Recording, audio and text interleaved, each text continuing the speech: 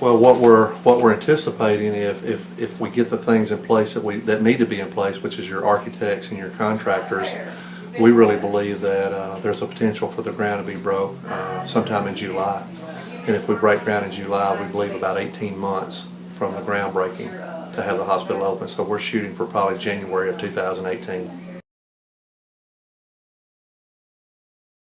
The impact has really been bad. We've got 3 private ambulance services out in the county. The city of West Memphis has an ambulance service. The city of Marion has an ambulance service.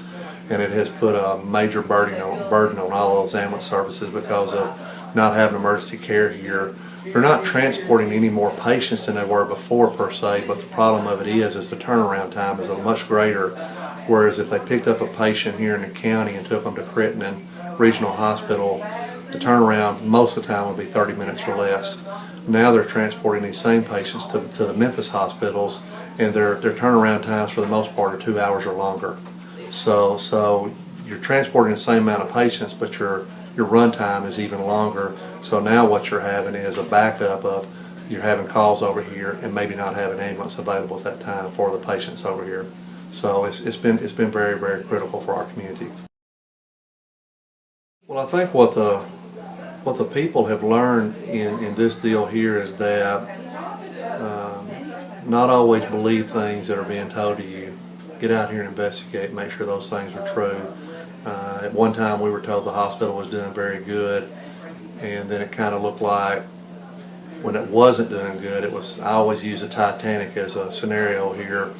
Basically that administration waited till the Titanic was on the bottom of the ocean before they asked for help.